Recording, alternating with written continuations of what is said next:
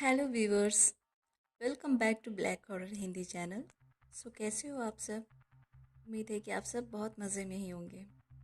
जिन लोगों ने मेरे चैनल को सब्सक्राइब किया है उनका बहुत बहुत शुक्रिया, और जिन लोगों ने नहीं किया है उनसे स्पेशली रिक्वेस्ट है कि आप प्लीज़ प्लीज़ चैनल को सब्सक्राइब करके चैनल को सपोर्ट करें। अभी इस चैनल को आप लोगों की सपोर्ट की ज़रूरत है, इस चैनल को सपोर्ट कीजिए। साथ ही व्यूअर्स, अगर आप चाहते हैं कि आपकी कोई हॉरर स्टोरी या किसी हॉरर एक्सपीरियंस को शेयर करना चाहते हैं तो डिस्क्रिप्शन में दिए हुए लिंक पर आप मुझे भेज सकते हैं। मैं उस पर वीडियो ज़रूर बनाऊंगी। दोस्तों, आपने स्केयर क्रो यानी बिजुका को तो देखा ही होगा, जो किसान अपने खेतों में लगाते हैं बर्ड्स और छोटे छोटे जानवरों को भगाने के लिए, ताकि उनकी फसल बर्बाद ना हो। आज उसी से रिलेटेड कुछ रियल हॉरर स्टोरी आपको सुनाती हूँ। उम्मीद है कि आपको पसंद आएगी। ठीक है। मेरा नाम एमोस है। मैं कोलंबिया से हूँ। बात ज़्यादा पुरानी नहीं है। मैं अपने कज़न को देखने जा रहा था। वो रिमोट विलेज में रहता है। मैं उस वक्त टीनेजर था और मेरे पास ड्राइविंग लाइसेंस नहीं था, इसलिए मैं बस से गया। लेकिन गलती से मैंने गलत बस पकड़ ली जो दूसरे विलेज में जा रही थी। जब मुझे इस चीज़ का एहसास हुआ तब मैंने बस रुकवाई और बीच सड़क में उतर गया। काफ़ी देर वेट करने के बाद कोई भी बस नहीं आई। यहाँ से मेरे कज़न का घर लगभग 50 मिनट की दूरी पे था। मैं पैदल चलने का डिसाइड किया। जहाँ मैं सड़क पे उतरा था दोनों साइड बस खेत ही खेत थे। कोई इंसान भी नहीं दिख रहा था। तभी मैंने एक साइड खेत में देखा कि बहुत सारे स्केयर क्रो लगे हुए हैं और दूर से बहुत रियल लग रहे थे, जैसे इंसान खड़े हो।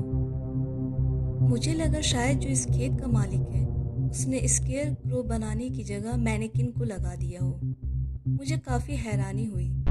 इन स्केयर क्रोस को देखने में पास में चला गया और जाकर देखता हूँ कि सारे स्केयर क्रो की स्किन बिल्कुल रियल लग रही है और सारे स्केयर क्रो अजीब सी पोजीशन में खड़े हैं, लेकिन वो सब एक साइड थोड़ा एक एंगल में टिल्ट है, यानी कि झुके हुए थे। ये नज़ारा बहुत डरावना था। मुझे अच्छा नहीं लग रहा था। मैं सारे स्केयर क्रो को एक एक करके देखने लगा। तभी एक स्केयर क्रो की आंख मूव हुई। ये देखकर मैं बहुत सरप्राइज्ड हो गया और पीछे गिर गया। तभी वो स्केयर क्रो गुस्से में मुझे देखने लगा और मेरी तरफ धीरे धीरे बढ़ने लगा। मैं पागलों की तरह चिल्लाकर वहां से भागा।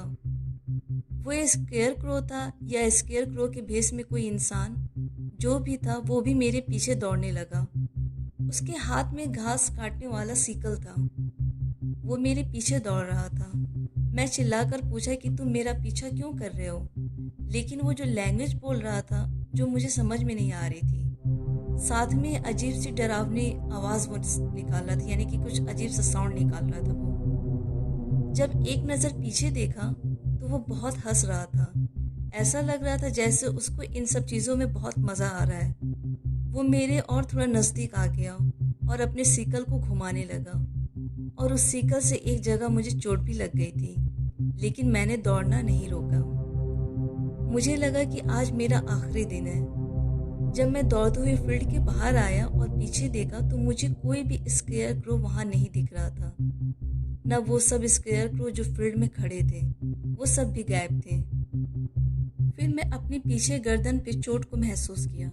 जब हाथ लगाया तो ब्लड देखा। मुझे समझ नहीं आ रहा था कि वो इतनी देर से स्केयर क्रो बनकर वहाँ खेत में क्यों खड़ा था। पहले मुझे लगा किसी ने मेरे साथ भद्दा मजाक किया है, लेकिन मैं श्योर था कि अगर मैं भागता नहीं तो वो जो भी था आज मेरी जान ले लेता। मैंने पुलिस को फ़ोन किया। जब पुलिस आई तो उन्हें वहाँ कोई स्केयर क्रो नहीं मिला, लेकिन खून के धब्बे और इंसान के मांस, हाथ पैर इधर उधर बिखरे हुए मिले थे।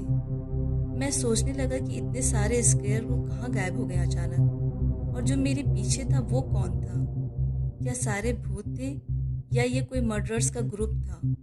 मैं आज भी सोचता हूँ कि अगर मैं उस दिन नहीं भागता तो क्या मैं एक स्केयर क्रो बनकर वहाँ खड़ा रहता।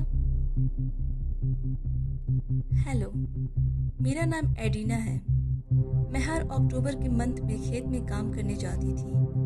वहाँ मेरे दोस्त थे, वो भी वहाँ काम करते थे। मेरा काम होता था शाम को खेत में जाकर चेक करना कि कोई जानवर या कोई रह तो नहीं गया है। मेरा जॉब बहुत बोरिंग था। मेरे सभी दोस्त मुझे डराया करते थे कि अगर तुम किसी दिन भटक गई तो तुम स्केयर क्रो का खाना बन जाओगी। मैं ये सब मजाक में लेती थी, मैं डरती नहीं थी। खेत तो बहुत बड़ा था, उसमें बहुत रास्ते थे। सो अगर उसमें कोई गायब भी हो जाए तो हैरानी वाली बात नहीं होगी। इसी चीज़ को मैं देखने हर रात जाती थी वहाँ पर खेत में। मेरे खेत के ओनर ने मेरी सुविधा के लिए मुझे खेत का मैप दिया था, ताकि अगर कभी कोई भटक जाए तो उसे मैं ढूंढ सकूं। मैं डेली रात में सब वहाँ चेक करती थी, तब अपने घर जाती थी। एक रात में इसी तरह सब चेक कर रही थी, तभी मुझे एक रास्ता दिखाई दिया। मैं सोचने लगी कि ये रास्ता कभी तो देखी नहीं। फिर मैं मैप निकाल कर चेक करने लगी। वहाँ भी इस रास्ते का कहीं कुछ दिख नहीं रहा था। मैंने मैप को डबल चेक किया और सोचने लगी कि कल तो ये रास्ता नहीं था यहाँ पर, फिर आज अचानक कहाँ से आ गया। मैं उस रास्ते पे जाने का डिसाइड की और मैं उस पर चलने लगी। तभी मुझे मेरे पीछे से किसी के चलने की आवाज़ आने लगी। मैं रुकी तो वो आवाज़ भी रुक गई। फिर जब मैं चलने लगी तब वो आवाज़ चलने की फिर आती। मुझे लगा शायद मेरे दोस्त मुझे परेशान कर रहे हैं, मुझे डरा रहे हैं। मैं उन लोगों पे चिल्लाने के लिए जैसे ही मुड़ी, मैंने देखा वहाँ कोई नहीं है। मैं थोड़ा सा हैरान हो गई। मैं अपने आप को शांत करने की कोशिश करने लगी कि मैं सिर्फ यहाँ खेत में हूँ, लेकिन अंदर से मुझे फील हो रहा था कि यहाँ मेरे अलावा भी और कोई है। मुझे अपने दोस्तों द्वारा उस स्केयर क्रो की बताई गई सारी बातें याद आने लगी। मुझे डर लगने लगा। मैं उस रास्ते के डेड एंड तक पहुँच गई और मैं फिर मैप चेक करने लगी उस रास्ते से निकलने के लिए। मैं मुड़ी तभी मैंने एक काली परछाई को खेत में भागते देखा। मैं समझी ये सब मेरे दोस्तों की शरारत है। मैं उस खेत में जाकर ढूंढने लगी तो वहाँ स्केयर क्रो को देखी और हंसने लगी अपने ऊपर कि मैं स्केयर क्रो को देख के डर गई और मैं वापस आने लगी। फिर मुझे आवाज़ सुनाई दी। मैं पीछे मुड़ी तो वहाँ स्केयर क्रो गायब था। मैं बहुत हैरान थी, लेकिन मैं प्रिटेंड कर रही थी जैसे मैंने कुछ देखा नहीं है और मैं वहाँ से जाने लगी, लेकिन अंदर से बहुत ज़्यादा डर लग रहा था। लकीली मुझे मैप वाला रास्ता दिख गया और मैं उस रास्ते की तरफ स्पीड बढ़ा दी। तभी कोई दौड़कर मेरे पीछे आने लगा। मैं मुड़ी तो देखी मेरे पीछे स्केयर क्रो दौड़ रहा था, जिसकी हाइट 8 से 9 फीट है। उसका फेस बहुत डरावना था और अजीब सा दिख रहा था। ये देखकर मैं बहुत ज़्यादा डर गई और मैं चिल्लाकर भागना शुरू की।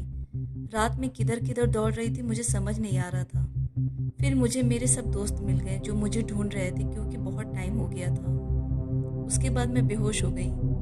कुछ देर के बाद जब होश में आई, फिर मैंने सभी को सारी बातें बताई। उसके अगली सुबह हम सभी लोग उस रास्ते को देखने निकले, लेकिन वो रास्ता जहाँ कल मुझे दिखा था वो रास्ता वहाँ पे अब नहीं था। इसके बाद मैं यहाँ काम करना छोड़ दी। मैं हमेशा सोचती हूँ कि अगर उस दिन मुझे सही रास्ता नहीं मिला होता तब मेरा क्या होता। मैं उस दिन को याद करके बहुत ज़्यादा डर जाती हूँ। हाय, मेरा नाम बेकी है और मैं क्लीवलैंड से हूँ।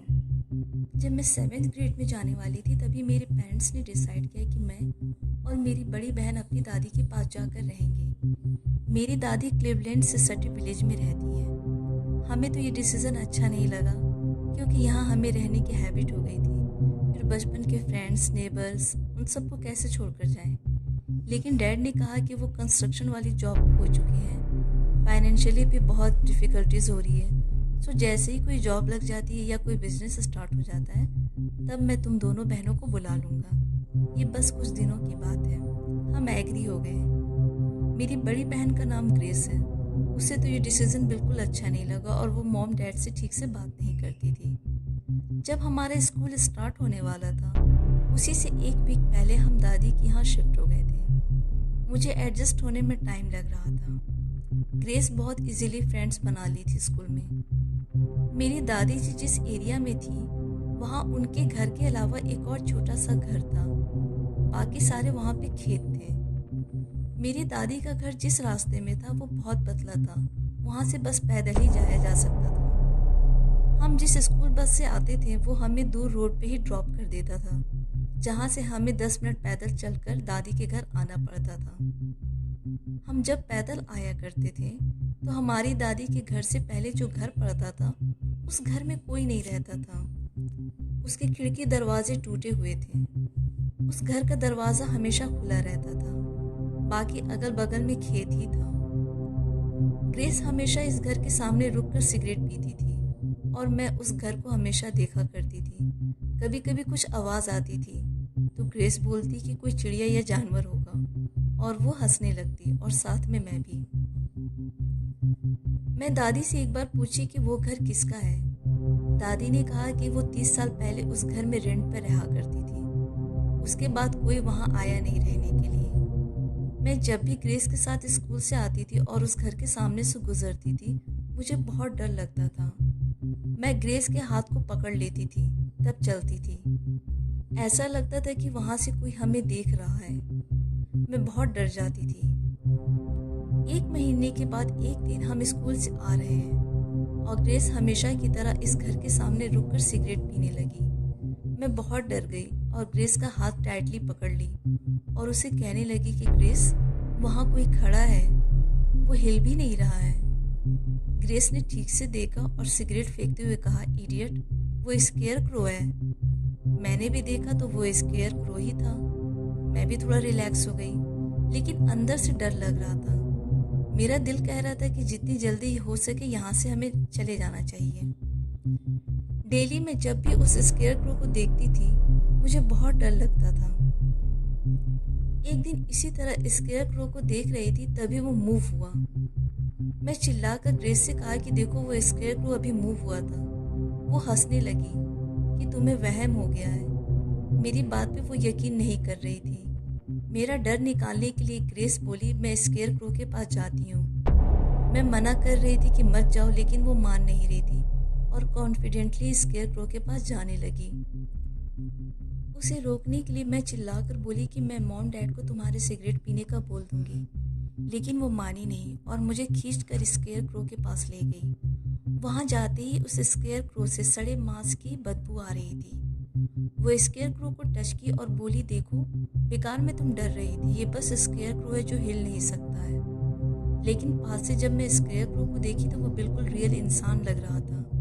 मैंने ग्रेस से कहा कि चलो यहाँ से चलते हैं, मुझे कुछ ठीक नहीं लग रहा है। ग्रेस बोली, देखो, मैं इसके फेस पे पंच मारती हूँ, और वो पूरी ताकत लगाकर उस स्केयर क्रो के फेस पे पंच मारती है और उस स्केयर क्रो के फेस से पॉप करके ब्लड आने लगता है, जो ग्रेस के कपड़ों और फेस पे पूरा गिर जाता है। हम दोनों वहाँ से चिल्लाकर भागते हैं और मेरी दादी को सारी बात बताते हैं। फिर दादी 911 पे कॉल करके पुलिस को बुलाती है। पुलिस 15 मिनट के बाद आती है, लेकिन ग्रेस डर से इतनी शॉक्ड हो गई थी कि वो अपने आप को रूम में लॉक कर देती है।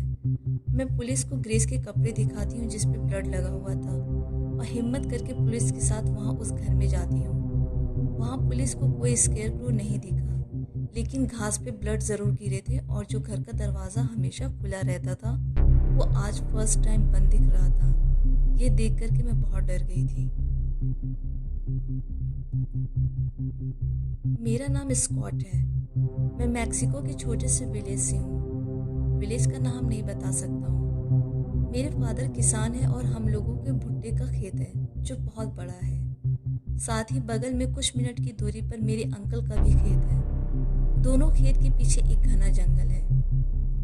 मेरे अंकल की एक लड़की है जिसका नाम एलिशिया है, जो मेरे एज की थी। हम दोनों साथ में बहुत खेला करते थे। मेरे खेत में कुछ स्केयर क्रोज भी लगे थे। मेरी मॉम स्केयर क्रोज ऐसा बनाती थी जैसे कि बिल्कुल रियल। कभी कभी उसको देखकर मैं बहुत डर जाता था। मेरी मॉम डैड शाम होते ही मुझे घर के बाहर जाने नहीं देते थे।